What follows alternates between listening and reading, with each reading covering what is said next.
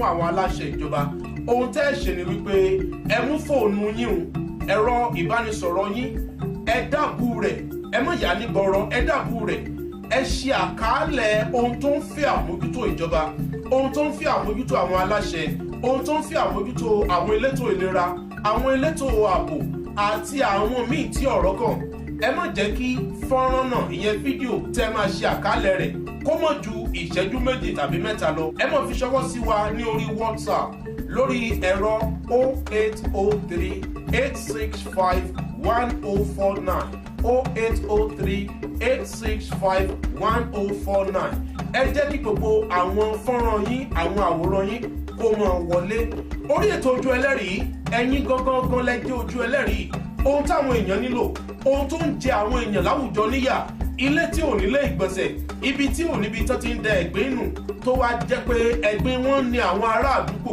àwọn aráàlú lára gbogbo ẹ̀ ẹ fi tó àwọn aláṣẹ létí ohun tẹ́ ẹ nílò ní agbègbè yín ẹ jẹ́ kí àwọn aláṣẹ mọ̀ orúkọ mi ni Adéyẹmí Ọlábọ̀dé èmi ni atọ́kùn.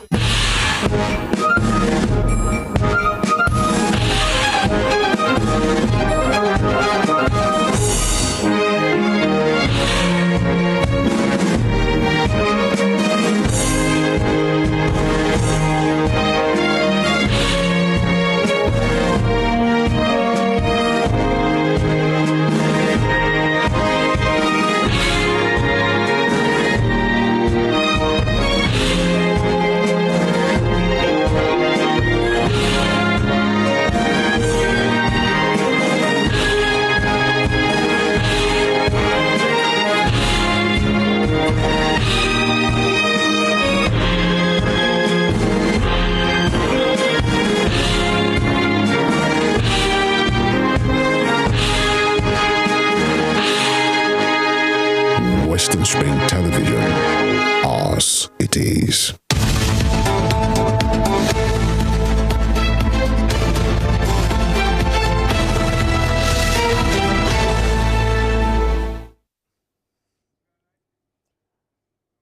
Good morning to you all out there, wherever you are viewing us from. This is Western Spring Television, the station that says it as it is. Morning Spring is back, and we are back definitely as the week comes to an end gradually. One more day to go on the show, but definitely always a pleasure to be back once again. I want to welcome you to another bumper edition of the program, and it promises to be very exciting because quite a whole lot of things will be discussed on the show this beautiful Thursday morning. 6th day in the month of July 2023. How are we? Hope we had a nightful rest. And let's get the show started. And if you're joining us for the very first time, I'd like to welcome you. You can view us on all our social media handles on Facebook, Instagram, and Twitter at Western Spring Television. Tunde IDOWU remains my name at Irresistible TD on Twitter. Let's tag along and let's plug in and let's do the needful. All right, we'll kick things off very shortly with the newspapers, checking out some of the headlines making the round from the various dailies I have with me. And the big story for today, we'll look at the controversies surrounding Meisoma Ejikeme, that young lady with Jamb. There's been quite a whole lot of controversy. And as yesterday, a plenary, the House of Representatives waded into the matter and have asked Jamb to hold on concerning all the accusations, threats, and what have you concerning that young girl. Where have we gone wrong? What are the reforms governments need to put in place so that the education in Nigeria can be on a larger scale? We remember back in the days in the early 80s, or late 80s, 70s, we know what education means. If you probably had not been to the four walls of an institution or school, it's always disheartening. But at this moment, the kids are not even willing to go to school. Those who are in school, there is one challenge or the other. Looking at the case of this young girl, Ejikeme from Anambra State, getting that high score, 362, I think, where they came up to that. Look, she got a message, she forwarded, replied. Jamb didn't check their support system. There's quite a whole lot to discuss on the program today, and I'll be having two great gentlemen who will analyze this with me on the show this morning. And I keep saying it promises to be exciting, because why? We'll say it as it is. We'll take a short break. When I return, we'll go straight into the details. We'll analyze things together and we'll bring you the very best. Stay with us. It's the Morning Spring live from Western Spring Television.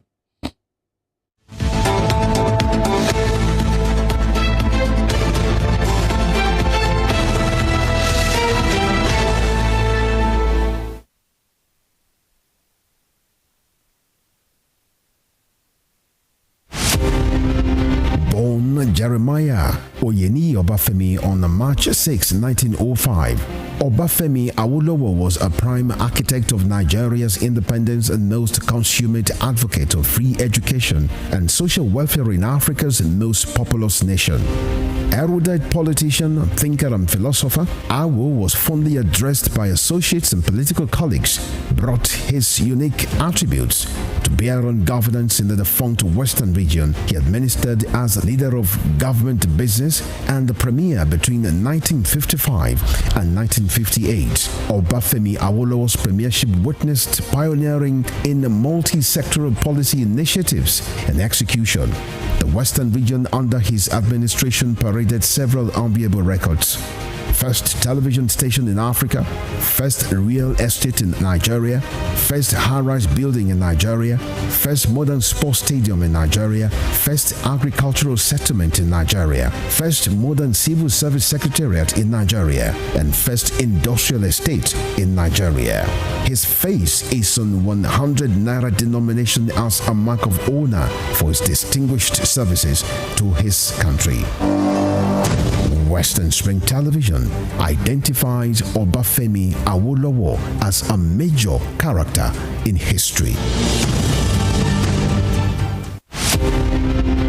Dramatist, playwright, and icon of Yoruba thematic arts, Duro Ladipo was born December 18, 1931 in Osogbo, southwest Nigeria. His clergyman father christened him Timothy. His other names, Duro Dola, Duro Shomo, Duro Rike, reflected his persona and the circumstances that surrounded his birth. The legendary stage actor had in several public fora identified himself as one of the greatest abikus born to die in this world. Family records reveal how he was born and died 13 times. The intertwining names he bore thus lent credence to his spiritism. Duro Ladipo was one of the best-known and world-acclaimed Yoruba dramatists to emerge from post-colonial Africa. His notable works, Obakoso, Obawaja, and Moremi, took him beyond Africa to several parts of the world. By the time Duro Ladipo died on 11 March 1978, the Nigeria's first cultural ambassador had acquired a towering image as an artist whose works adorned the frontage of Trenchard Hall, University of Ibadan. Western Spring Television identifies Duro Ladipo as a major character in history. Fumilayo Ransom Kuti was an educationist and advocate of women's rights. She was recognized for her vitriolic comments against colonial policy of taxation as it affected the Nigerian women. Bere, as fondly addressed by her women followers, Fumilayo championed the initiation of universal adult suffrage, which gave an unprecedented leeway for women to contest elective offices and power to exercise voting rights. Married to a foremost educationist and teacher, Israel Oladotun Ransom Kuti, the first president of Nigeria Union of Teachers, Fumilayo Ransom Kuti was the mother of children who inherited her spirit of activism. Olufela and Be Ololari, the former, a renowned musical legend. She was the first female student of Abeokuta Grammar School and the first female to own and drive a car in Nigeria. The award recipient of Member of Order of Nigeria MON and Lenin Peace Prize, was born on 25th October 1900 and was killed on 13th April 1978 by rampaging road soldiers in Lagos. Western Spring Television identifies Fumilayo Ransom Kuti as a watershed character in history. Silas Olayinka Herbert Macaulay, politician, nationalist, and journalist, was the first Nigerian to qualify as a civil engineer, surveyor, and architect. Born on November 14, 1864, Herbert Macaulay was the founder of Nigeria's National Democratic Party, the first political party in pre-independent Nigeria. Scholars of Nigeria's political history describe Herbert Macaulay as the intellectual bulldog of 19th century Nigerian nationalist movement, in the deference to his qualities as founder and leader of two foremost political parties, Nigeria National Democratic Party (NNDP) and the National Council of Nigerian Citizens (NCNC). His matchless versatility in party organization and control kept the British colonialists on their toes in the entire span of his active life. After his death on 7th May 1946, Herbert Macaulay remains a hero of his country, which recognized his anti-colonial struggles. Today, Nigeria's 10 naira coin bears his oval face and trademark mustache. Western Spring Television identifies Herbert Macaulay as a major character in history.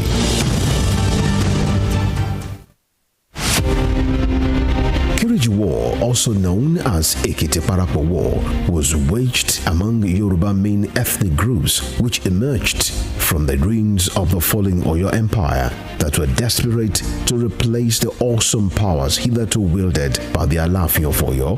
The Kiriji War is defined as a conflict of confederacy and unitary political system championed by Yorubas of different socio-economic and political interests. The Ibadan military aristocrats felt they deserved a dominant position for saving Yoruba land from being totally submerged by the Fulanis by their victory in Oshobo War of 1840 and Ijaye War of 1862. Kiriji War, that took its name from the booming motor sounds of European arms, festered for so long because the Industrial Revolution in Europe provoked high standards of slaves. The 16-year Civil War also caused the emergence of new powerful kingdoms like Ibadan and the rise of powerful personalities like Oluyole, Ogunmola, Koromi, Latosha, Shodeke, Fabumi, and Ogedengbe. One of the fallouts of Kiriji War was the birth of creative political and leadership structure in Yoruba land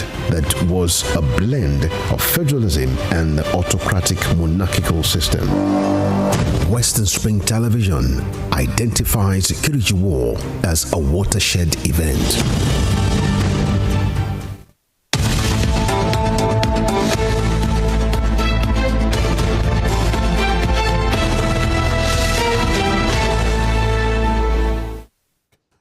Here we go. Thank you. Good morning if you are just joining us. Morning Spring is the program if you probably joining us for the very first time.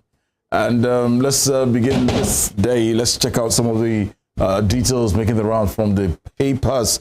I have a whole lot of them. I think I have about 4 or 5 dailies this morning, and we'll just check out the headlines before we go straight into details of what we want to look at. And I stated earlier in my introduction, we want to look at the controversies surrounding Jamb and that young girl. What are the reforms needed to put in place so that education in Nigeria can be far better than what we have at this moment in time? Joining me live in the house this morning, former Dean Student Affairs, Federal Polytechnic Ede, Dr. OLUYEMI OMOTOSHO Jr. Always a pleasure.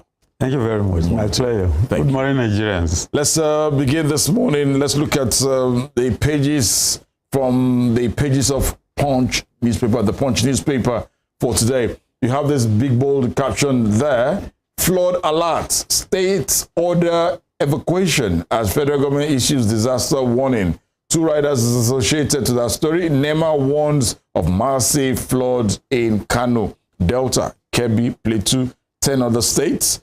Akwa Ibom, Delta, other residents demand alternative shelters. Where do they go from there? They have to evacuate. Yeah, it's better, and I think government is doing the best by telling them, by alerting them. Ahead. And NEMET is doing the best. That's the normal thing. It is not left for government to take decisions on what to do to protect the citizens. You know, most of these things are beyond the capacity of citizens. Yes. So it is government effort that is important to actually make sure people are comfortable. And those people should heed the warnings because they should leave, not until there is a disaster now and then they start shouting foul. They should move away from the place. You know, maybe in the next 3 months, they will be free again. But government should always take proactive action by actually working on these flash points, you know, to protect the people and prevent such occurrences all the time. I always give the example of Osun State when Aregbe was there. Aregbe did a lot of drainages that actually assisted. You know, if you move from Okebale area down to all those palace area, you know, to even the Aregbe area along Magan, Ibadan Road, you know, if you enter by First Bank up to, and then you went and bust out in Osun Capital Hotel, you did a lot of drainages there that solve a lot of problems. You know, that is proactive action. Exactly. And that is what is expected. And this early warning is the best. It's good for us and is, you know, can protect the citizens from disaster.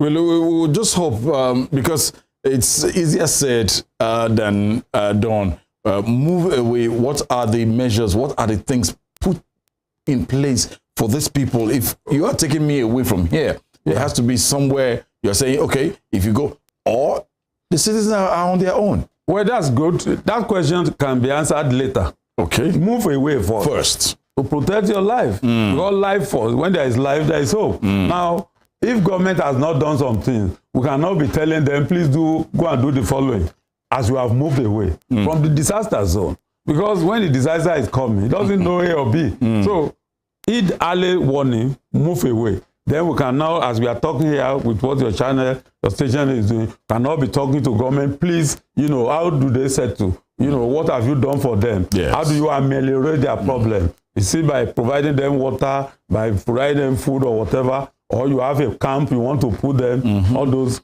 can be, other arrangements can be made. The government is working on that report, and the people must heed that report quickly. And good, we are good, we have good neighborliness here because people can always manage with their friends. Yeah. If disaster is coming, and stay in somebody's house and be asking, please government do something. And then, you know, to prevent such a thing in future. And again, our own culture too, we must be careful the way we dump refuse. Yeah. It is even when there is drainage, people block it, you know, unknowingly, and some people will go and construct buildings, you know, on the drainway. And all those doesn't help us at all. Absolutely. So when days like this come, government must take the best position without minding whose source is God and do his duty of helping the people. And nobody should be saying, until you provide me this, I will not go. That person wants to die.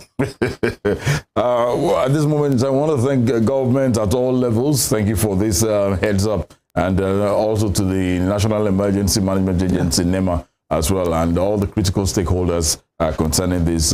We saw what happened last year. It was heartbreaking. It was very, very scary. You know, there was a point at which some of us were by, and I think it was on the Rave Gang. Some of you said it, traveling by air, and you were seeing houses submerged. You know, natural disaster doesn't give warning. It's good that our scientists are trying to envisage what is likely to happen, and they know the flashpoints. That is a good thing about that, and this warning is good.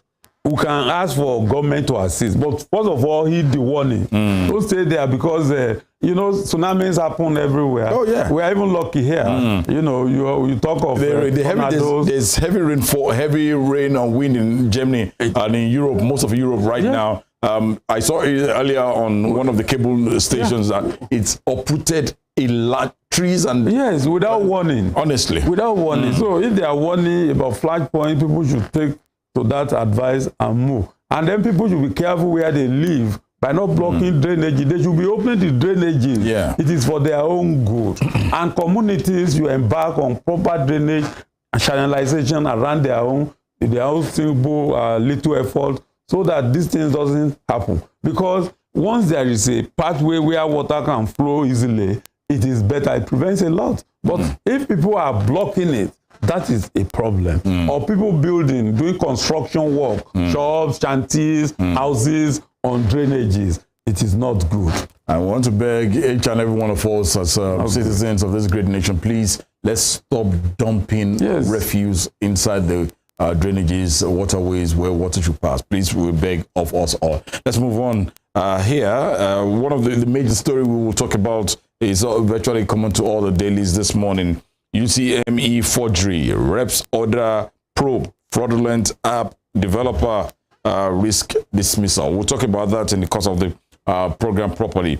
Lagos killer cop dismissed for shooting generator repairer dead. But why? Why? That is unacceptable. It is good he has been dismissed. We have series of them. In fact, I was watching one video some 3 days ago about somebody who was purportedly to have been arrested by a policeman and was arguing with them, with crowd. And then they handcuffed him, want to take him away. He didn't want to go. He went and sat on the floor in front of the vehicle. And the policeman drove the car and ran over him. And then I was happy when I heard the response from the police that it's not acceptable and they are going to take punitive measures. You know, citizens should be protected. That is why the police is a civil force. It is supposed to be our friend. They are supposed to actually be helping us.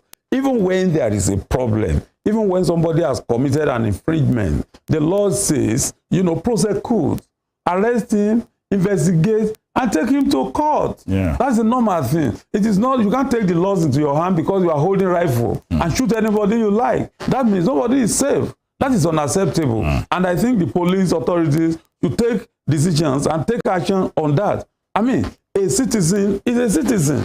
And you cannot say, and the arms you are carrying is from taxpayers' money, including the person you are shooting. So I don't think that will be tolerated. This is not a lawless society. And then we condemn it when it happens, even to in terms of racism in other countries. Why should it happen here? The police should be civil. They should know they are our friends. 2, they are not the military. They are not Army, Air Force, or Navy. Dr. OMOTOSHO, probably I might be wrong, but let me take from your view.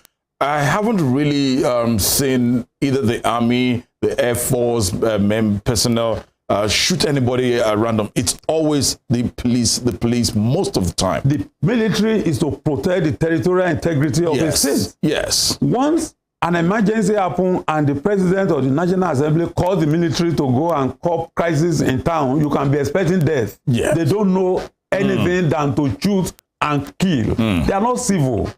But randomly like this. But the police is civil. It's supposed to be our friend. For civil democracy, you need the police to enforce law and order and with decency. And they are the people to obey the rule. They are the people to prosecute offenders. A society without laws is not good. Absolutely. And it's lawless. And so the enforcement agent is the police. They are supposed to be our friend. Look, in civil society, in civil crimes, when you see a police, you know, it's ready to help you. It's asking, any problem, where are you going? What can I do for you? And here, you run away from the police. One, they will take bribe from you. They extort people. They carry the gun to embarrass you, to harass you. What are you carrying? Because it's carrying a gun. So you'll be subjected to all sorts of harassment. In 5 minutes, they take everything you have and ask you to go. That is not how the police should operate. Honestly. The police should be our friends. Talk like you're shooting citizens. It's unacceptable. Absolutely. Human rights activists and Nigerians should call on the police to prosecute that particular person and take action against him seriously so that I can serve as deterrent to others. Let's move on right now. And as at day before yesterday, when members of the legislators from both sides of the coin of the National Assembly, both the Senate and the House of Reps, had picked up their principal officers. As of yesterday, there were controversies that the party, the ruling party, said, you guys are on your own. It's just a rumor. Well, this story here says, principal officers, National Assembly crisis splits, APC, NWC. Adamu meets Tinubu. It seems as if the 10th National Assembly is going to be filled with drama. Well, I must confess to you, we have a president who is a politician. And I want to agree with those who said he's a strategist. I equally want to agree that he can handle the situation. he met the chairman of the party yesterday. And then, you know, before the election, there were a series of hulabalus and acrimonies between the party, the president then, and the candidates, who is this Ahmed Tinubu that time. And you remember, Ahmed Tinubu challenged them seriously that they don't want him to win the election. And then if you observe their primaries, it's like they have a different candidate entirely. But for the capacity and the capability of Ahmed Bola Tinubu, he wouldn't have won that election. Some of the hawks in the party, including the chairman, didn't actually want Ahmed Tinubu to win the election. So the build-up started from then. And that is what is still playing out now. Now, those hawks who lost during the primaries and during the general election, you know, remember he told us the Naira redesign, everything was done, the petrol hike, the scarcity was done to prevent him. He said it, accusing his own party. Of course, they play some politics with it. But he won eventually. Those hawks in the party are still disturbing him. But be a good politician. You know, Tinubu, I am not his friend all the time, but give it to him. He forgives easily. He has a large heart. He doesn't carry animosity too far. You know, unlike the way the Yorubas behave, Tinubu, in terms of friendship, he behaves like the Northerners. If you offend him, he forgives you quickly and then moves on. So, because of that, he's trying to bring everybody together. I'm sure he will resolve the problem. But the problem is still there. The party is saying they don't have a hand in what they have done. You remember again, after the picking of the selection and election of the president of the Senate and the speaker, the deputy and the rest of them, you know, there was no problem. It was because there were underground work that was done by the president and his aides, including the party officials. That was why that didn't snowball into problem. This one is snowballing into problem because probably the president felt the remaining officers, they can handle it. He has realized now that they can't handle it, that it's going to bring problem and it's going to resolve it. Why am I so passionate about it? It's because any instability in the party is an instability in governance because they are the party in power. And that will affect, you know, decisions, it will affect policies, it will affect implementation, it will affect actions, and it will delay a lot of actions that government is supposed to take. And it can cause all sorts of problems for the party and the National Assembly. And once there is problem in the National Assembly and the executive and the party, then the country will not be at peace. And so the president, I am pleading with him, he should, as early as possible, call them together and resolve the problem. And everything boils down to, you know, Nigeria settlement. I asked the same question yesterday on this show, that should it be the party that would say Dr. OLUYEMI OMOTOSHO should be this, the TUNDE should be there, or it should be the legislators should choose who they feel should occupy such seats? Yes, party supremacy is a major element, a major component of democratic governance. Now, where party supremacy exists, you are not likely to have any problem. Because when the party takes a decision, you are supposed to abide. If you don't, you are out. But here, in the third world countries, particularly Nigeria, we don't respect party politics. It's money, corruption, who is who can settle. And even the party officials can be compromised. And because the party officials can be compromised, there's always division among them. And since there's division among them, politicians use the opportunity to take their own decision. You remember the Ninth Assembly? The president, the party wanted a particular line. The people said no. On a normal day, once the party has taken a decision, their members are supposed to go to the National Assembly and implement it, you know, to the benefit of the people. But it doesn't work like that in Nigeria. Everybody has his own agenda which you want to carry out. So if the party said they sold this thing to this place, and that person can come out, it's democracy. We expect the best to be elected as leadership of the National Assembly. But even with the hand of the party, that will not prevent them from electing the best. Again, and it is better to toe that line than to go and elect the best on their own and then confront the party, which can lead to a series of animosity. But again, for mature politicians, that party politics, party supremacy to take precedent. But they don't. You know, during the Awolowo, the Second or Third Republic, Awolowo, Asikwe, and then Ahmadu Bello, there was party supremacy. Who are you in the UPN in those days for the UPN to take a decision and you violate, they will expel you. And then you know in Yoruba land, the party was in charge and there is nothing you can do. Absolutely. So you must abide by party, you know, dictates, party decisions and the rest of it. But this present crop of politicians, they don't obey party, they don't respect the party and all this. And again, you observe that the system of recruiting the party officials is another problem that make politicians, even within them, to disobey them. Two, the internal party democracy that we expect is not always playing out. And that is a big problem that is affecting our polity. That is why a party member will go to the National Assembly and openly disobey his party. You know, it's happening in all the political parties, not only APC. You see what Wike and the G5 people did with impunity. They went to court. They even got injunction that nobody should tamper with them. And they were able to rub the feathers with the party throughout and ensure their own party lost election. You are hobnobbing with another party.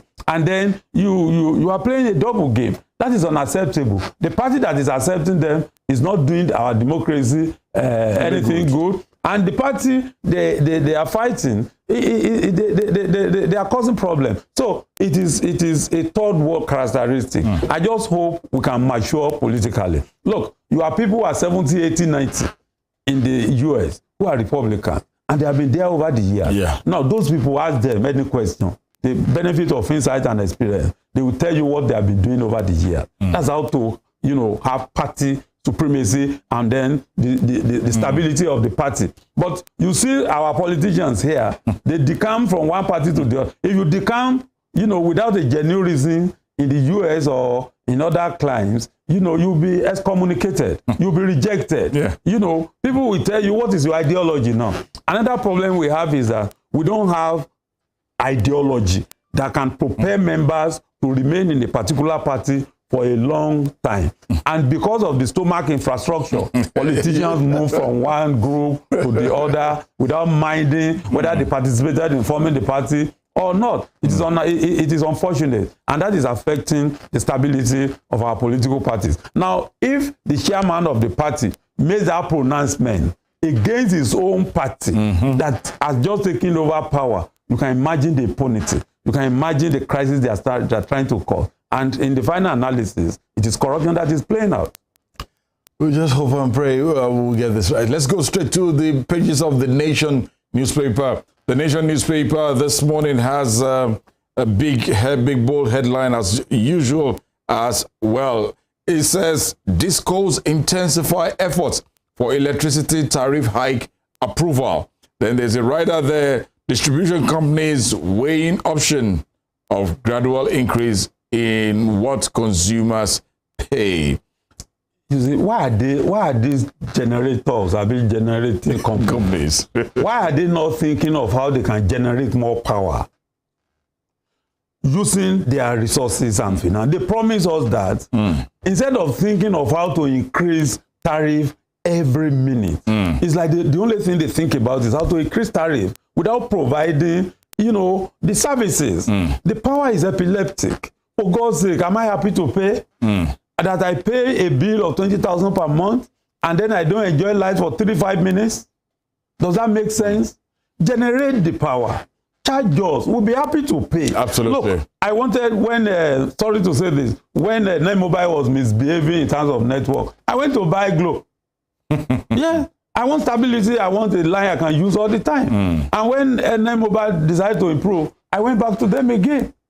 I mean, provide good services. People will be happy to pay. That's what happened. You know, that they are putting the cart before the horse. They want us to pay for services we don't enjoy. That's right. That is not the best. Now, again, increasing tariff now for those of them who are insisting. They are looking for trouble because Nigerians are tired. You have increased, you have withdrawn subsidy. You know, everything has a multiplier effect on that now. Yes. And then every price, all the prices have increased and doubled and tripled. People can't go to work. People are groaning. Then the tariff of electricity, you want to increase it again. You want to kill us? No. They should be thinking of how to generate more power and then by the time they are telling us to pay, we'll be ready. Yeah. Now, again, they should be thinking of how they can revolutionize the energy sector, particularly the electricity. I said it here in the last episode, in the last section we have, that solar is coming everywhere. Absolutely. It will get to a point that those who are working with PAC and the rest of them will find out that they have no job because everybody is hooking up to solar. They should up their acts and find a way of improving their services, of collecting their money. The problem they have is not shortage of funds, really. It is the ability to collect the fund that customers are owing them, which they lack, that is causing problem for them. I agree. Some people are not paying. How do you track them? You must track those people who are not paying. Can we find anybody that is not paying his bills on the telecommunication? It's not possible. You don't pay. It's pay as you go. You don't enjoy the service. Exactly. That should happen to them. And then if that happens, that people are paying as at when due, and people cannot evade. Human beings naturally want to evade payment, but you must put in place, efficient services that, and then techniques and control that will prevent anybody from defrauding your organization. That they have not done. Again, they have to check their own internal staff who are collaborating with customers to cheat. And again, the top echelon of the PSN and the people managing generation, transmission, they are not sincere with Nigerians. Why am I saying they are not sincere with Nigerians? Is that the prepaid meter they say they are bringing here, they will go and import the ones that can be tampered with. There are some you can't tamper with it, even your own staff. And then why are you not distributing those ones that are foolproof? They are not doing that. They bring the ones that their staff can tamper with, and they tamper with it every day by collaborating with, consumers. So the government itself has to take charge that, look, this country must enjoy energy by having good dialogue with the distributors, the generators, and then the transmitters, and then discuss with their top echelon and see how they can help them. See, government cannot withdraw totally from energy services. Government must be part of it. Government must actually determine that they want good services for their citizens. And if that is happening, then all these child practices will stop. Where is the enforcement? It is government that has to help them to enforce those who are cheating them. People are cheating. And then those people, once they are caught, they should be severely punished. But again, the PACN itself and then their staff, they must always try to do the best all the time. Look, in foreign climes, you can't tamper with your life. You don't pay your bill, they remove you. It's as simple as ABC. Why is it like that there? And it's not like that here. And the same people who are cheating PSN here and there, don't do that abroad. They pay their own bills abroad. Two, government agencies are the highest debtors to all these discos. Yes. They are the people who say they are government and they are not paying. If you don't pay, you want to wreck the organization. And that's the consequence we are all seeing. That is why most times they'll be thinking of increasing services for those who are paying. They are increasing the tariff for those who are paying. They are neglecting those who are cheating them. They are neglecting those who are not paying regularly. They are neglecting those who are enjoying their services without paying. And they should actually have to control and check all that. Now, increasing tariff at this material time, no matter how they feel is reasonable, it's not politically expedient, it's not acceptable to Nigerians because we are sacrificing a lot. And what are the big people sacrificing? What is National Assembly sacrificing? If you go to National Assembly now, you will see a backlog of payment that National Assembly has not paid their PACN. Absolutely, I agree with you. Well, let's keep on, let's move on. And looking at other stories still from the Nation newspaper for today. Senate Minority Leader, we will build viral opposition. And they write out to that story, nomination in order. I know Dr. OLUYEMI, we discussed that. We just hope legislators can do the needful and present. The National Assembly is to checkmate the activities of the executive. And to collaborate with them for good governance, and then so that we can have dividends of democracy. And checkmating them does not mean fighting them. It means working together to achieve an objective of good governance. I mean, both the three arms of government, including the judiciary, must always work together. And so you must see yourself as partners in progress. And in seeing yourself as partners in progress does not turn you to a rubber stamp assembly like we have in the 9th Assembly, where anything the president says is approved without checking. In fact, look at the way they have increased our debt. The National Assembly were the major culprits in this debt, because every loan the former president took got the approval of the National Assembly. Can they for once say, look, we've had enough, let's look inward. Let's look inward shouldn't cause problem, and give suggestions how you can look inward as a government, that we can generate more money from here, we can generate more revenue from here, instead of borrowing and borrowing all the time. Those alternatives were not provided by the National Assembly, and I think this assembly should do that. They should see their assignment as very, very important to the progress of this democracy we all want. And then they should not collaborate to cheat and defraud Nigerians. And that is what is in the mind of most of them, and that is the problem we have. Like I used to say, Nigeria has enough to spend to make its citizens comfortable. Absolutely. This is the only country I've seen that we are so rich in resources and yet our citizens are so poor. The National Assembly should change that. You have not increased minimum wage. Minimum wage is still 30,000. You have removed subsidy. Then you are thinking you want to remove increase tariffs on the energy again. Meanwhile, the humongous amount they are paying themselves there, they have not said anything about it. I've said it here the last time that I've not heard the president talk about the cost of governance and corruption. Those are the two major things. Corruption is pervasive here. And until we fight corruption, corruption will not allow us to develop. Absolutely, absolutely. Coming a little bit down to the bottom strip of the Nation newspaper. Obi not LP member when nominated, Tinubu tells tribunal. And President APC lawyers tender Labour Party's membership register, close defense. Well, these politicians are just wasting their time. I think in that Supreme Court, all this litigation they are doing, to me, is a waste of time. Though it can actually enhance our democracy. But the way they are going about, look at the case of Obi about whether he's a party member or not. It has been settled by appeal court. Appeal court has given the judgment and nobody has appealed against it after that place. So, and that judgment of he has contested election as presidential candidate. They find him worthy, and then you are now saying he did it. Even the Tinubu's case, as we talking about the certificate, which happen, these are pre-election matters. And then that's what is disturbing everybody now. What will be jamming in their litigation to me is FCT Abuja, and then whether the election was rigged or not. What is all these certificate thing they are bringing to it? They are just hypocritical and then hyperbolic. I wouldn't see anything in it. Democracy, litigation is to enhance our our democracy properly. If you have since the beginning of this democracy, you will see that pronouncement from the judiciary has actually assisted our electoral system. That is how it should be. But they should not be bringing frivolous things, just to make noise and then call the attention of their supporters here and there. What we want to hear now is what is FCT's position? Was the election rigged? Was it transparent? How much did they spend?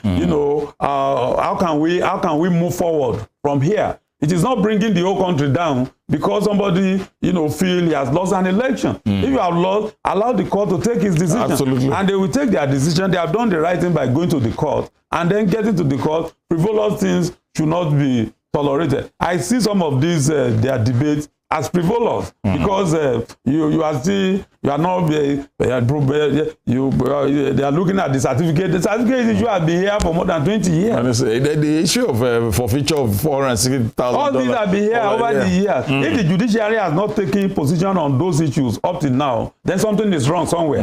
Something is wrong somewhere. I mean, those should not be disturbing us. You have a certificate, I don't have a certificate, or I have it, you tender it, you go to court, the court will take a decision and that closes the affair. Look at the Ademola case here. A court of competent jurisdiction may pronouncement and that settles the case. Absolutely. So absolutely. Why are we still having that problem in the national, at the national level, and then now we are still contesting whether Tinubu went to Chicago, whether it's Adekunle, whether it's male or female, you know, all these kind of things could have even been resolved by the INEC itself during his pre-election, you know, screening and the rest of them.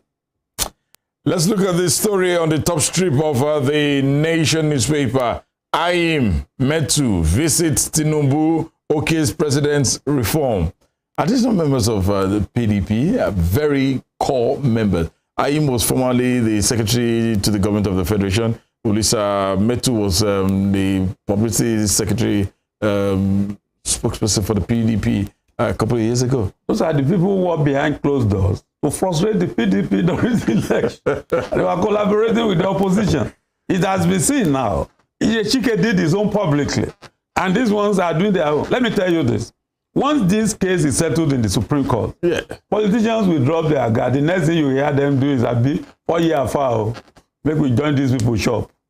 That's their policy. Instead of working on what prevented them from winning the election and then putting their hands together and preparing for the next election. Rather, they want to hobnob with government, and after that, after when the election is like a year or some months, then they start coming out again to remove the same government that may have not been with. It is unfortunate. And then people should believe in their party. And if they have lost election, they should work, you know, within the party to strengthen the party to take over power. The opposition is an alternative government all the time. And so, if you want to do that, you can't be hobnobbing. You can only give constructive criticism to government from wherever you stand, and let us see how you can enhance democracy and start preparing for the next 4 years. Yes. You know, all these hobnobbing, they are looking for a job. Just looking for a job. Quickly now.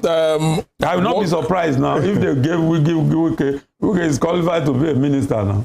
And then when you give him ministerial appointment, anybody object to that? Well, my last story here. Work stalled on 24 billion naira Osogbo Iwo Ibadan road. That road, it will actually have been one of the best roads if finally completed to ease traffic away from, if you going in from Bongon, if probably you're going to Ibadan through Iwo now. If that road now it's I thought during the period of Oyetola, there was this agreement between him and the Oyo State governor that the road should be constructed from Ibadan to a particular point, and Osogbo should do their own. They didn't do that. Rather, Oyetola came when it was a month for him to go. He started, you know, he bought that road. You know, he went to the place and removed all the asphalt there. We are thinking he will complete it. Till now, he didn't complete. That's my way to school. I've changed my way now. I don't pass through Bongan Ibadan road. And the little roads, you know, part we are managing, he has removed all the asphalt, and he did nothing about it. Now, this government has to take a strategic decision on that road. That road can increase the commercial activities of Osun and Oyo State. Absolutely. And you know, Osun and Oyo, we are one and the same. And because of that, that route is shorter. And it is good for our agricultural products, movement, transportation, and the rest of them. Both governments should take it serious.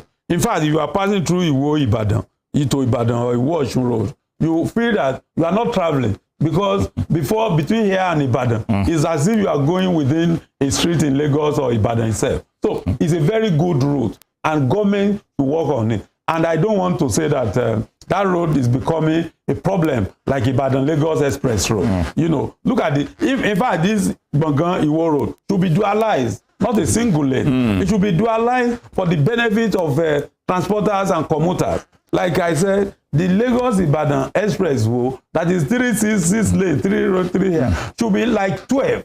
6 here, 6 here. That's how, you know, that's the busiest road in Africa. And it is the most commercially viable road for Nigeria and then for private and public workers. And so why can't we have a 12 lane, you know, 6 here, to ease traffic, you know, to ease congestion? And what are we doing with the money? And then the 3 they are even constructing, they cannot complete in a decade or more than a decade. So this Ibadan, Bongan, Iwo Road should be dualized, not a single. They should dualize it for the comfort of transporters, and it will enhance the revenue generation of both states because that road is shorter and it's good and it's safe if they do it very well. Thank you. This is the first part of our discussion on the program Morning Spring. This beautiful Thursday morning, 6th day in the month of July 2023. I want to thank Dr. OMOTOSHO for his time out on looking at some of the headlines making their round from the newspapers this morning. When we come back after a very short break, we'll take the statement credited to Mesoma Ejikeme and that of the spokesperson for Jamb, as Fabian Benjamin, concerning this controversy of the UTME results. Where are we getting it wrong? What are the reforms that can be put in place by government to make sure that education takes a bold lead in the affairs of things in Nigeria? And obviously, I'm so glad that Dr. OMOTOSHO is here. We'll probably look at some of the challenges faced by the Federal Polytechnic there and that government needs to pay attention to. Stay with us. It's still Morning Spring. I'll be back after the short break. Please don't go nowhere.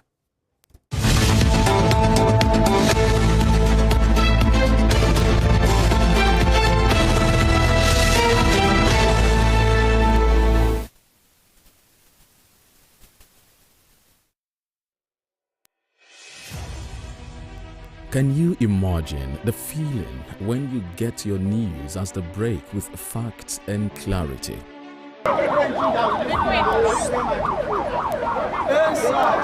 Our news are reported as it is. In Africa, and all those who masterminded the way it happened, we have to pay a price. Enjoy Western programs, projecting culture and tradition to the world.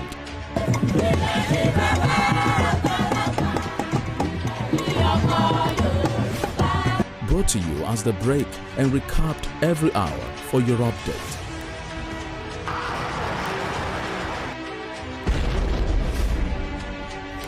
We must never forget the sacrifices of the heroes of Nigeria's democracy.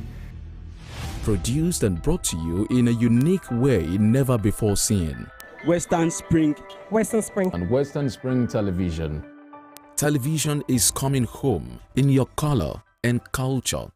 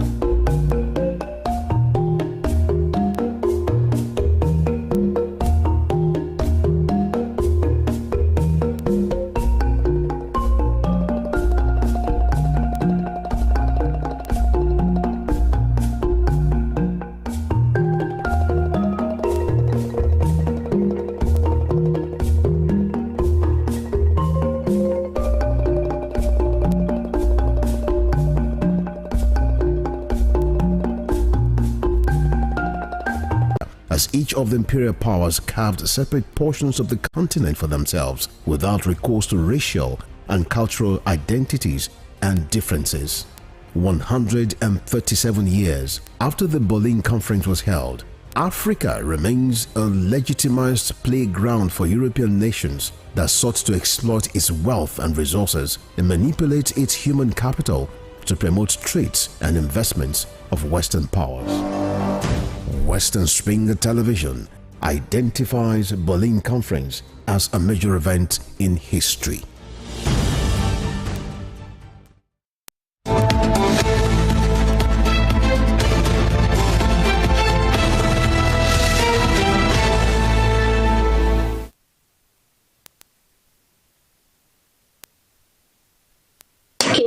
Miss Oma, and one of these results, I went to Jamb portal to print these results, and this is what they gave me. This is the result here. So this is my aggregate 362. This is exactly how I printed it and downloaded it from that site. So they now saying that I forged my results is what I don't know, and I'm traumatized that they accused me of forging my own results, because I am not capable of this forging results. This is the evidence. Okay, they say that I forged my results. They scanned this QR code there, and it showed another name, a Yoruba name, Omotola Afolabi 138, and that same person that got 138, they checked again, the person got 338, meaning that there is problem somewhere. So, and we went to Commissioner of Education office on Friday last week. My principal and the educational secretary of Anglican Girls Secondary School, or Anglican Diocese. So we went there. We showed all these results to Commission of Education, both this one and the SMS they sent to me, and she snapped it and sent to the Jamb official. They called back saying that this is a forged result, that I forged it myself, that the Jamb office don't have the record of this.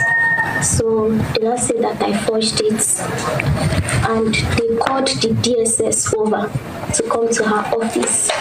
The DSS, they took us to their office, and we made our statements there, and they said they will contact us later, that they are going to investigate these results to know where the source came from. So that's what they said, and instead of them to wait for the investigation to be over, they posted that I forged my results without confirming. So I'm really sad about it. And it's not that since my nursery school have been taken first, I'm a brilliant girl. It's not that I'm an illiterate person that will go and forge her results because I'm not intelligent to impress people. I've been taking first position since my nursery school, and even my common entrance, it was 300 and something. This result that Ms. Oma is parading did not emanate from us. And let me make it very clear. If you listen to her very well, you would have noted that she said she went to Jamb office, she printed all this. Maybe she could tell us where she printed her results. That slip, that particular result notification slip, does not exist on any of our portal anywhere, because it is the slip that we used last in 2021. And we changed it because the university complained, the social institution rather complained that this slip was not coming with picture, and candidates were using it to mount pressure and then defraud, so many things. So we changed it in 2022. We started using what we call result slip that comes with picture. I have a copy here. It's not that I don't know whether you'll be able to see it. If you see this is her result. This is a copy of her result. Then when you look at that sheet she's carrying very well, you will notice that, look at the date of birth. You will see that one is carrying April 2nd, one is carrying March. All her correspondence with us, at the point of registration, the system requires that you send your NIN to 55019. This lady sent her NIN to 55019. That was what was pulled for her registration, to have her name, her date of birth, and everything. All through our system, if you check her date of birth is 2nd April, but here you will see it is March. There are other features I wouldn't want to mention here, that if I show you, that has given her out. But one thing I want you to notice that this particular notification of result does not exist on our portal. Thank you for that report. It's poured a little bit of cold water into our hearts here because while we were watching that, we were talking and looking at where is this going to lead us. But that will be discussed in the course of the show this morning. Once again, let me welcome I wanted to say the gang member. Let me welcome my guest on the show once again. Dr. OLUYEMI OMOTOSHO has been here when I started. Once again, thank you, Doctor. Thank you very much. And also I want to bring to us the proprietor of Gilgal Quiver School, Mr. BABATUNDE OLATUNJI. It's a pleasure to have you, Doctor. Mr. OLATUNJI. Thank you for having me. I'm planning on giving you a doctoral degree. So, well, gentlemen, thank you most sincerely for coming up here this morning. We both watched the young lady who has been accused of forging her results, Jamb results here, and also we heard the spokesperson for Jamb, Dr. Fabian Benjamin, reacting to what Mr. Ejikeme stated. Let me ask both of you. Let me start with Dr. OMOTOSHO here. What do you make of this story making the rounds at this point in time? Well, thank you very much. This is a scandal and a major scam that is an embarrassment to the nation, an embarrassment to the Ministry of Education, an embarrassment to Jamb, an embarrassment to the parents of that girl, an embarrassment to all citizens of Nigeria. We've been conducting Jamb now, not 1, 2, 3, 10, 20 years. I did Jamb. And then in those days, you have your results, you know where you want to go. All this scam we're having. There is a syndicate. There is a network of fraudsters who want to bring the good name of Jamb down for us, because Jamb, since the inception of, since Oluyede came there, they've been doing their best. And I think some people are determined to just bring that good name down. In terms of financial management, in terms of examination, I think they have excelled. And they have been modernizing their system all the time. This is a major scam. Now, who announced this girl as the best candidate in Jamb? Was it Jamb? If Jamb announced another person as the best in Jamb for this year, and you observe that you have 362, 2 marks, you know, higher than the other one, the next thing you expect the girl and her parents to do is to go to Jamb quietly. Please, I score 362. Then they will say, where did you print it? Then you will show them where you printed it. Then they will say, they will compare it with their own. Then they will tell you whether it is genuine or not. And the story will have ended there. This girl and some people collaborated with her, announced that she's the best. Jamb didn't announce her as the best. That is where the problem will have stopped. But they didn't stop there. He publicly said he scored more than that. And it has become a major scandal now. Now everybody, all important people in Nigeria has intervened. My own take is that, you know, since the matter has become like this, Jamb itself should, you know, because I read that Jamb has sanctioned her for 3 years. That I don't accept yet. Yeah, there should be a proper forensic, there should be a proper independent forensic investigation about this result. And Jamb should be investigated itself. The girl should be investigated herself. The network that helped the girl should be investigated. We should know where this result was printed, who printed it, and then how and when. Now, if you look at the result, like the Jamb man said, he's not carrying the girl's picture. And I'm aware, as a lecturer, that Jamb result now carry your photograph. Yeah, at least even if it's in black and white. A forensic investigation should be carried out for the following reasons. One, because corruption is pervasive in Nigeria. In fact, corruption is endemically pervasive in Nigeria. You cannot exonerate Jamb totally. You can say maybe the man on top is honest, is humble. Some funny characters may be working there. It was in February of 2018 that a snake swallowed 36 million naira from Jamb. So some funny characters. So Jamb itself should be subjected to that independent forensic investigation. So because Jamb is a party to this case, they should not take their final decision and say the girl is guilty. No. Then two, the forensic investigation should involve the lady and the place where the result was printed. I am aware that there are so many networks of, where you can print results. There are so many apps that if you use it, you can just get a Jamb result and you are not sure whether it's genuine or not. But I'm equally aware Jamb has been trying his best because they don't even post their result to the cloud. So you can't hack it. And so how do they get this result? At the age of this girl, I personally don't expect her to be involved in this type of scandal. Some people must have surrounded her to do it. That is my own feeling. But even if it is not at that, the forensic investigation will determine that. So both Jamb, this girl, and all the apps they are using, their network and the rest should be, investigated, and they should involve the DSS. And once the DSS is involved, we are going to have a final decision. The National Assembly did what is right yesterday. The House of Representatives. They took a decision that Jamb should hold on and let them investigate. That investigation should be holistic to determine this is an embarrassment and put a stop to it. And then when the result is out, offenders to be seen to be severely punished. Thank you, Dr. Omotosho. Let me come to Mr. OLATUNJI at this moment in time. You heard that young girl, and over the years, Jamb was created about 78, and so about 45 years ago.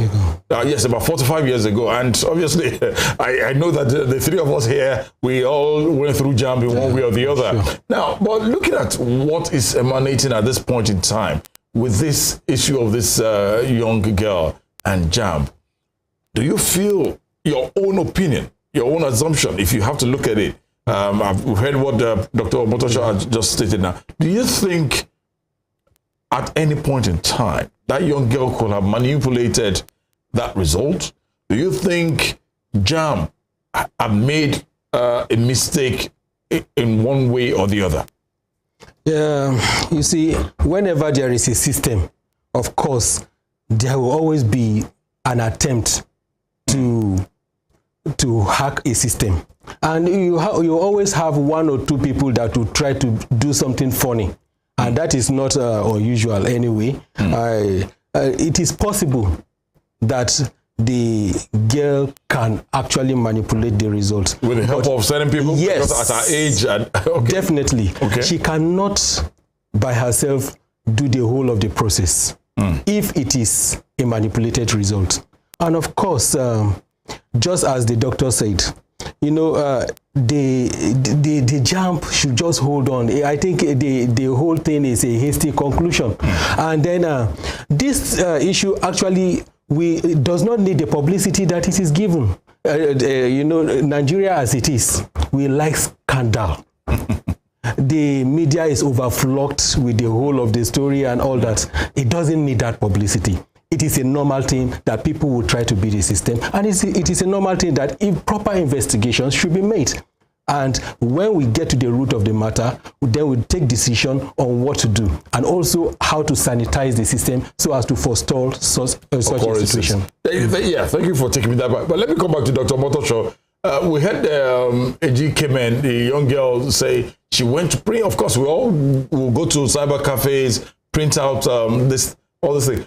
And Fabian Benjamin, the spokesperson for Jamb, said that sheet is not from Jamb. Yeah. So for me to print out my results for Jamb, sitting for Jamb and everything, I have to go to Jamb portal.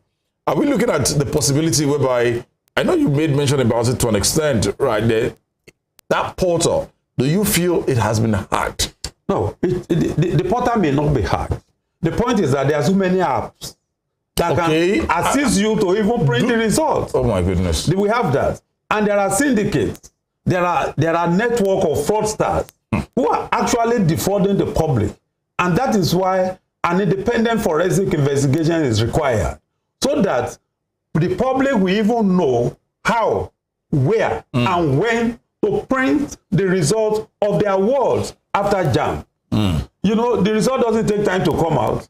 Even during the exam, don't we have scandal? I'm happy a proprietor is here. I supervised Jamb in one school, John Mackay, sometimes ago, many years back. He put my name in school, that I'm the supervisor for the... I went there. Before I got there, come and see what I saw.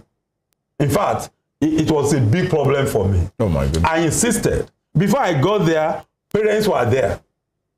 Before I got there, principals were there. Lecture teachers were there. They were all ready to collaborate, to cheat, to assist students to cheat. We didn't start that exam that year on time. I insisted all the people in the principal's office to leave. They went out. I insisted, I asked the principal, why do you have crowd in your office? The exam is here, we distribute the papers.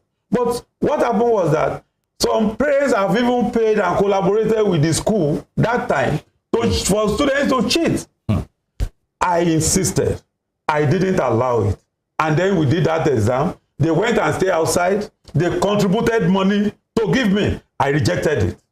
At the end of the day, we finished that exam successfully. We left.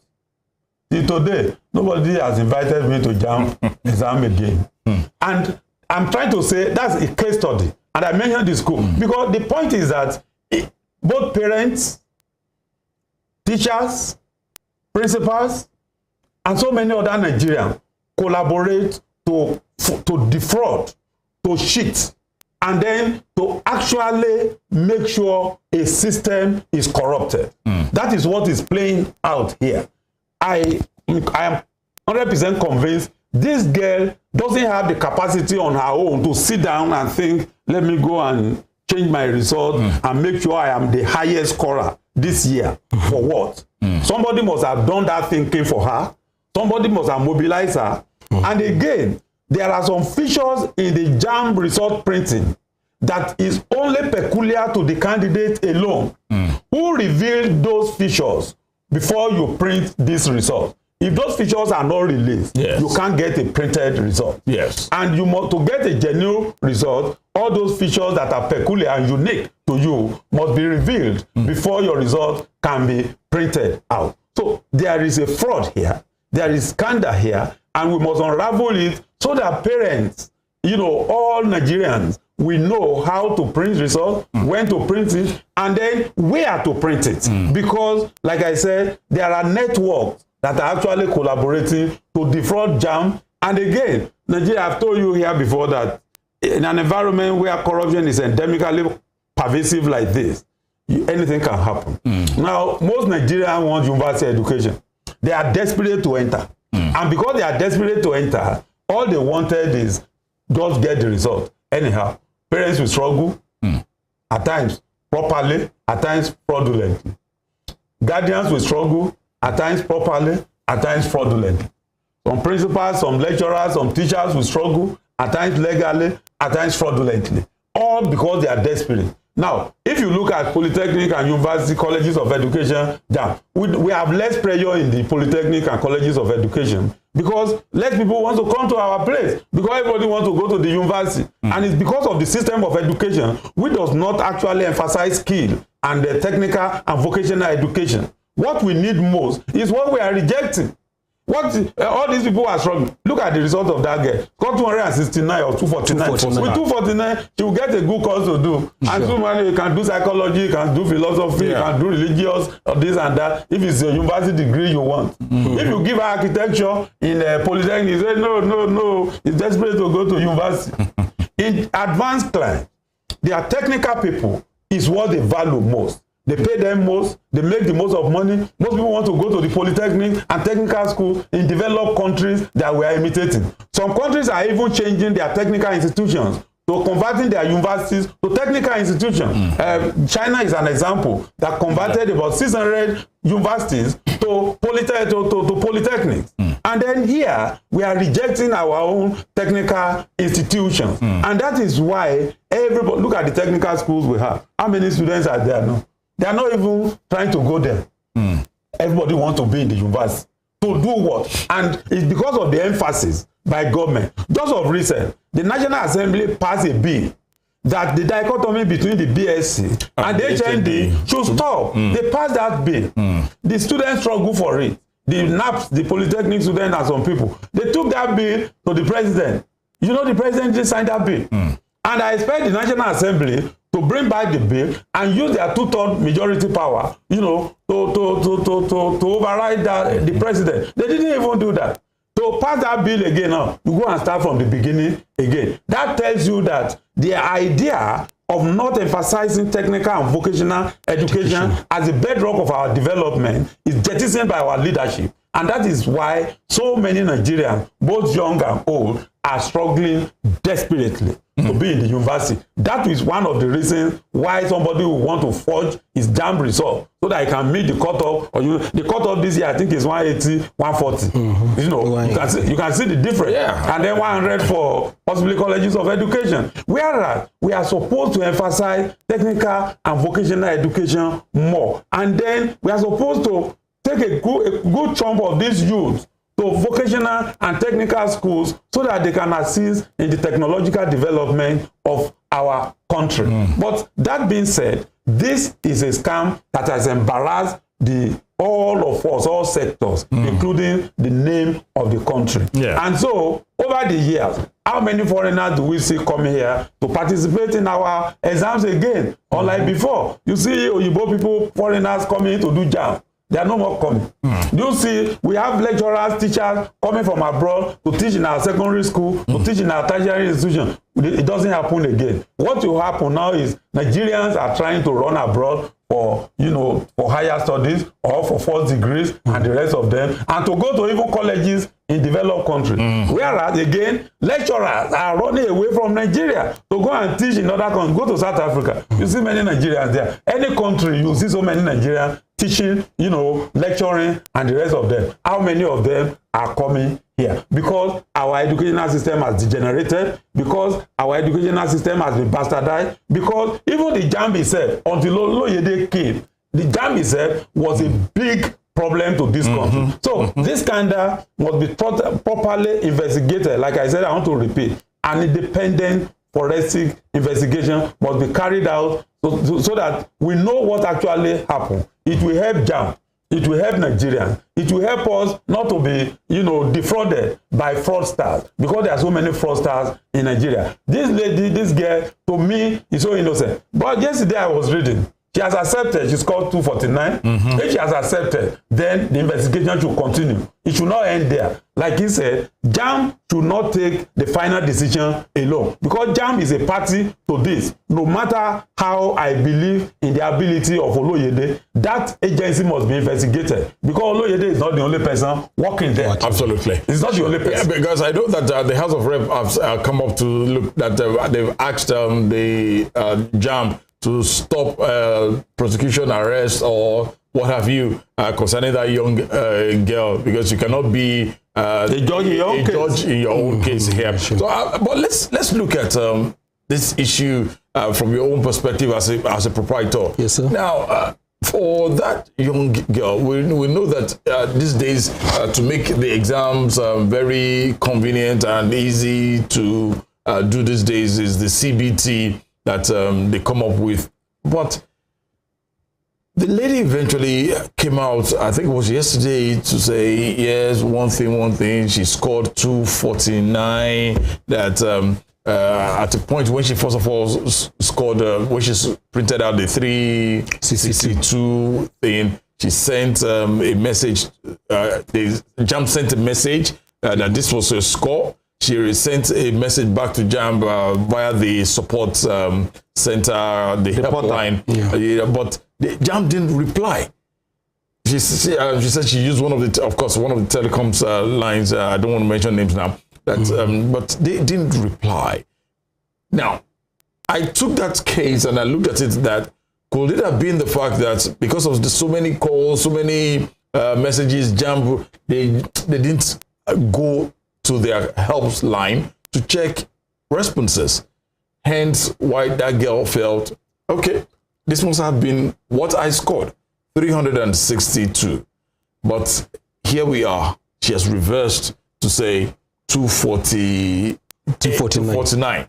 Now, where do we blame these agencies of government? Where do we blame families? Because I know we've said it here, it couldn't have just been that young girl alone, some people must have been able to back her to say, let's do certain things. If eventually she did what she did to print out 362. Yes. Where do we go from here? You see, earlier on I told you about the system.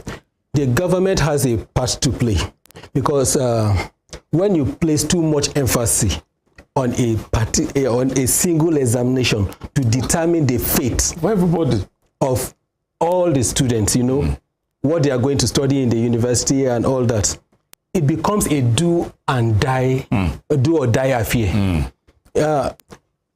Let us have a sort of a continuous assessment thing.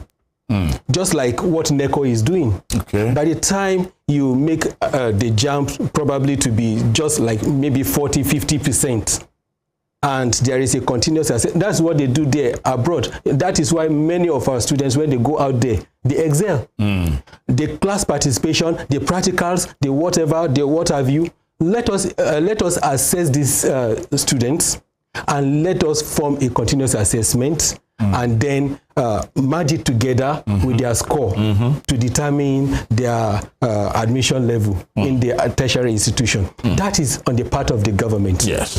Then on the part of teachers, you know, the obsession of wanting to promote one school at the detriment of competence is a problem. And most of the time, these teachers or schools are not really to blame. The parents actually push the school. Just yesterday, I was talking to a parent. He was telling me that he's having a suggestion that probably we should stop every subject teaching by second term of the terminal class for common entrance, and we should focus more on treating past question. I had to tell him, no, hold on. You see, it is not the passing of the examination that is the issue. Education is a holistic thing. And that is why in the lesson plan we have what we call behavioral objectives. So the result should be a byproduct, not the main product itself. So the product itself should be what the child is able to imbibe. The behavioral changes. You understand what I'm saying now? So that result now should just be something by the way. Yes, it is a product of what the child has actually attained. So the parents should take it easy. And if you observe some cases that came up before now, one of the students had to forge his own result because of the pressure of the parent that the father wanted him to study medicine. You understand? And since the child attempted Jamb the first time, the second time, and he couldn't make it, what did he do next? He had to forge results and present it to his father so as to satisfy, let me off the hook. Another student, I think in Nasarawa State some time ago, committed suicide because of the pressure of parents. You understand? Yeah. So I did not make it. I did not make it at once. I attempted WAEC 3 times. When I attempted my first WAEC, I had my maths, chemistry, physics, F9. Do you know what my parents did? They took me back to another school, SS2. I started from SS2 again. I thought they were wicked to me. I didn't know that they were helping me. I wrote that examination. I still couldn't make my mathematics. I went through the Polytechnic. By the time I wrote the exam again in the Polytechnic, I made my papers. And then I wrote Jamb. And it was a very marvelous performance. And I had my admission into the university. And today, I am happier for it. You understand? So parents should emphasize on competence. And then the doctor talked about vocational studies. We should bring it to the front burner again. You see, we are a country that we want to celebrate certificates, not competence. And this is a very big problem. And that is why everybody wants to get certificates. Before, the teacher is seen as, should I say a demigod or something? Because it is assumed that a teacher knows almost everything. Call a teacher to something, if there is any problem, the teacher will just reach there and all of a sudden he will just unravel. That is competence.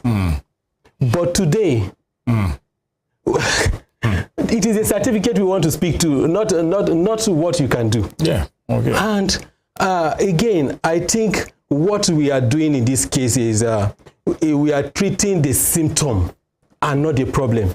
When we begin to talk about banning the child for 3 years, withdrawing the results, what does that help us to achieve? It is beyond the girl. It is the system. You see, there are many apps out there. Just as he said, I tried the app myself. I downloaded one of the app. Wow. Yes, I don't want to mention. I downloaded it. I just inputted my name, inputted some fake things there, and voila, it brought out a result. Oh my goodness. You understand? I just put the result I want, the subject I want, the grades I want, and it brought it out. Yes, it is out there. And truly, when I compared the result with what the girl is holding, it is identical. You understand what I'm saying? So you see now, the DSS should be involved. These people that are bringing up these apps, yes, they need to be arrested. Yes, to track them, get them. You know, when we are just talking mesoma, and there are people out there playing over the intelligence of the system. And where I actually blame the Jamb is this. Of course, it is not everything you attend to. Even the issue of sending messages to and something is not replying, that is not a problem. But the moment a logo, your logo, is put on a document, it becomes a criminal offense.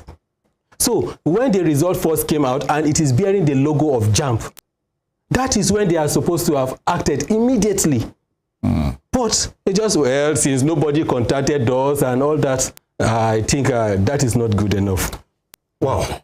Man, I'm really embarrassed that at this stage of my life, I don't even know there's an app like that. There is a syndicate. Oh, goodness. It's a network of fraudsters. The apps are many. It is the work of the DSS to collaborate with the Jamb to actually unravel. There is another mark being peddled around. Somebody's called 318 Kaduna. Yes. That's another. Sure. And so, how do you get those results? And for you to have a genuine result, it must be from Jamb. Let me say this. Jamb has tried. You know, you can't, for instance, in schools, all these results, fake results they are printing, can't work. That gave Big Unilag as a first choice. If you take that result to Unilag will not look at it. Unilag will wait for Jamb results. They will send it to them. When they send it to them, when you are a candidate, the Unilag people will look at your result on their own sheet sent to them by Jamb. That will show the girl's true results. It will not show that 362. Jamb has moved to that level. And all schools, polytechnics, colleges of education get original copy from Jamb. And they do these virtual meetings all the time. And then when you now select some candidates, you must return the list to Jamb. Jamb will verify again before admission is finally given because of all these fraudsters. The point is that this is a country where corruption is endemically pervasive. It is corruption that is dealing with us. Every system is almost corrupted here. And that is the problem we are having. So an institution, an agency like Jamb has been trying to checkmate all these kind of fraudsters. And then the DSS to help them. This case should be used as a case study to actually determine what happened, what can they do next, what is the next stage, and then the public should know those where people can check results. The public should know where agencies where we can access business centers that are registered with them, where we can check our results. I mean, like you just said, you download any of the app, you can print any result. And like I told you now, Jamb is not bothered because they know if you carry fake result, it's not going to fly because the school will not accept it. The JAMB will not accept it because the original copies of the result are already transmitted to them. And that is the problem. But even with all those controls, it doesn't check Nigerians because of corruption. Dr. Omotosho, quickly, and Mr. OLATUNJI, let's before we call it a wrap on the show this morning, what are the reforms, what are the steps government at all levels should do? Let me, looking at what you have in your hands at Federal Polytechnic Ede right now, of course, I know there will be things that you like, hey, if this had been put in place, probably it would have been better for, what reforms educationally in Nigeria? Well, they are doing everything in terms of JAMB, they are doing everything, they are collaborating with institutions, and then even this JAMB bug has moved to NYC.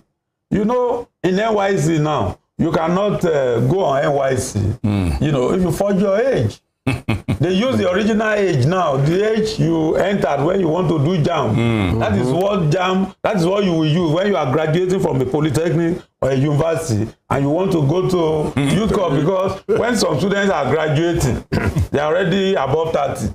They want to change it to 25, 26. That cannot happen. Once JAMB discovers the list a school is sending to them, there is one fake age there. They reject the whole list. And so schools have been working, you know, in tandem with JAMB and NYC. That is one. That's a good reform. Yes. JAMB is trying. The solution to our problem, like we have all alluded to, this problem is systemic. It is systemic in the sense that we have three arms of tertiary education. We have the, you know, you have the basic education, which have moved from 6334 to 934. And then, you know, the 4 is either between 4 and 6 years in the university, in the polytechnic, or in the colleges of education. Why are we relegating our technical institutions to the background?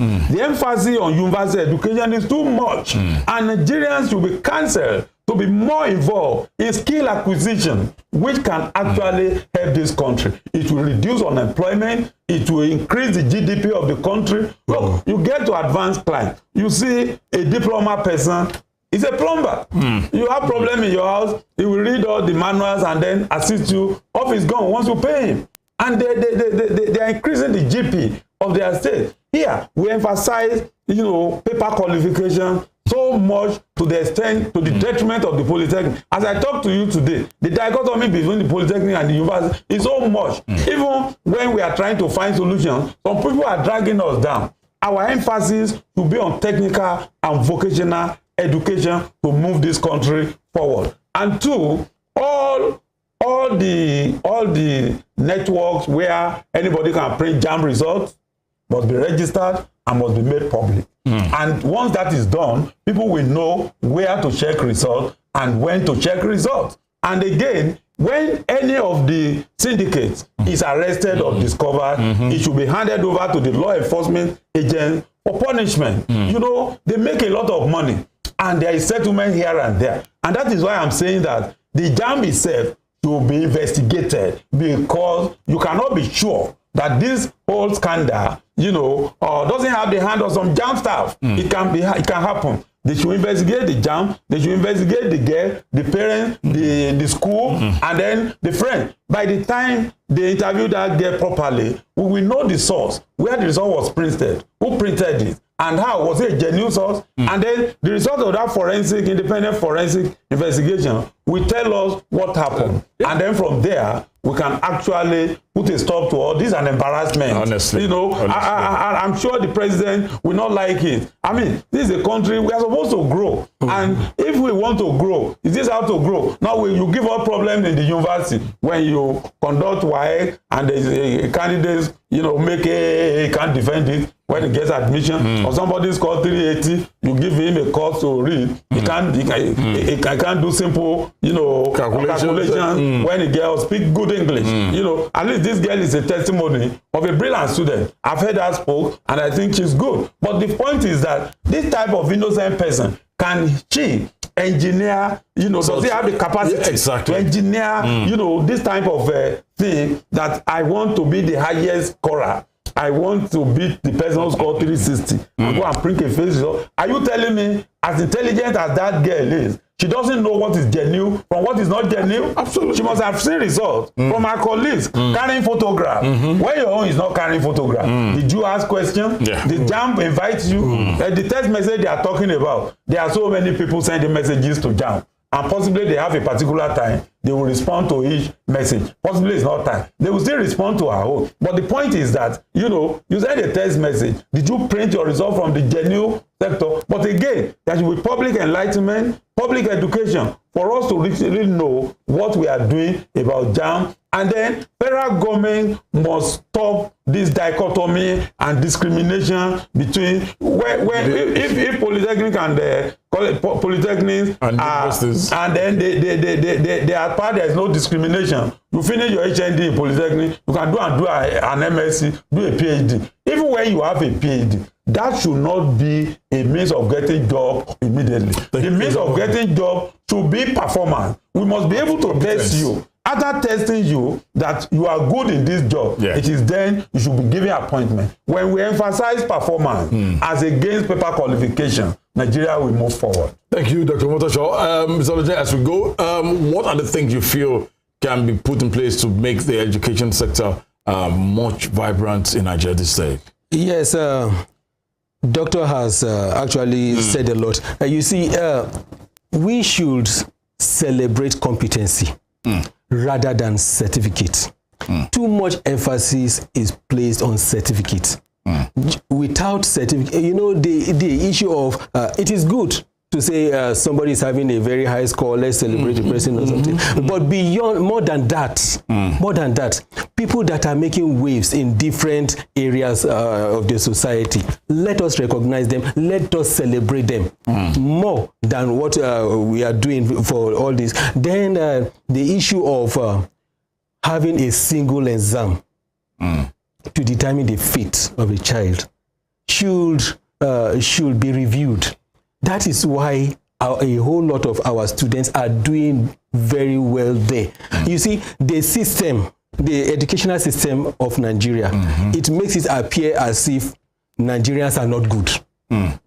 But the moment we travel out there, we become superheroes. That is to tell us that something is wrong with the way we assess. We'll look forward to really, it's not ending here. I still believe... and sorry, before we go, this issue of the people that develop these apps, it should be looked into. The DSS does the job.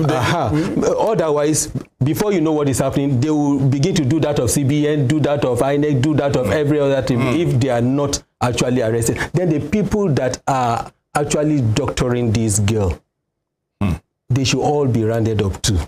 You understand? Because these are the people that are trying to undermine the value system of our society in Nigeria. And that's why I just said I sincerely believe that the DSS will do the needful. Every stakeholder that needs to do the needful must do this needful. This is not going to be the end of this story until we get to the exact root of where and how this actually transpired, how it came. Because I'm really, really ashamed at this moment in time that it's quite unfortunate.